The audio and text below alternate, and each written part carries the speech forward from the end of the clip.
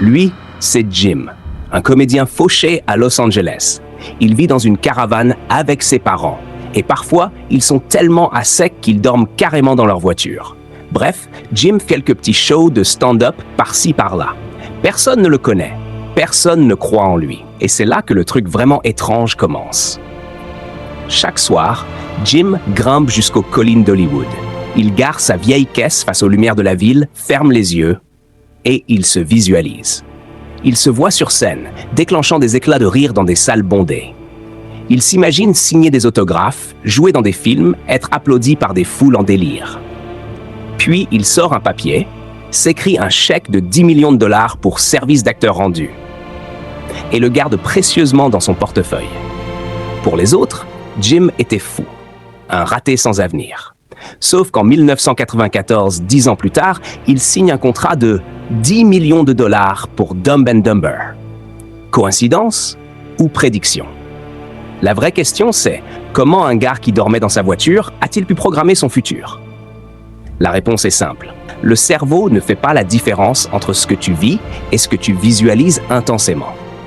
Quand Jim s'imaginait sur scène, son cerveau créait littéralement de nouvelles connexions neuronales. C'était comme s'il vivait déjà cette réalité.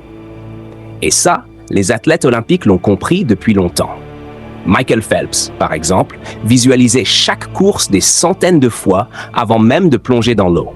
Chaque mouvement, chaque respiration, chaque erreur possible. Résultat, 28 médailles olympiques.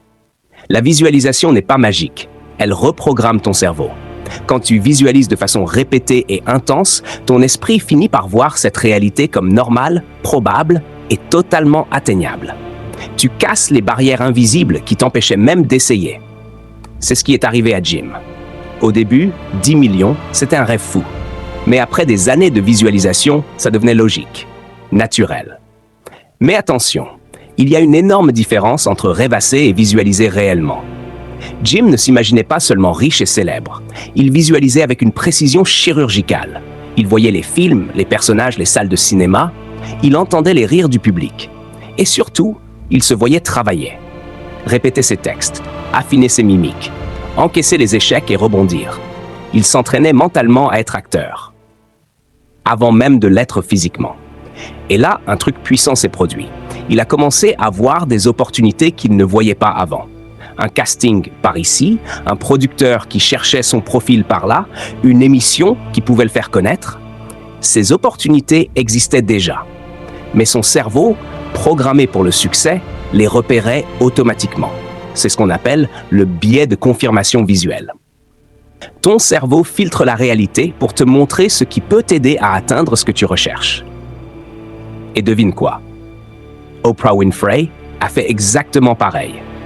À l'époque, elle lisait juste les infos dans une petite station locale. Mais dans sa tête, elle était déjà une animatrice qui inspirait des millions.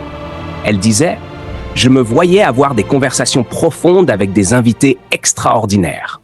Je ressentais l'émotion du public. Je voyais l'impact de chaque émission. » Résultat, on connaît tous la grande Oprah.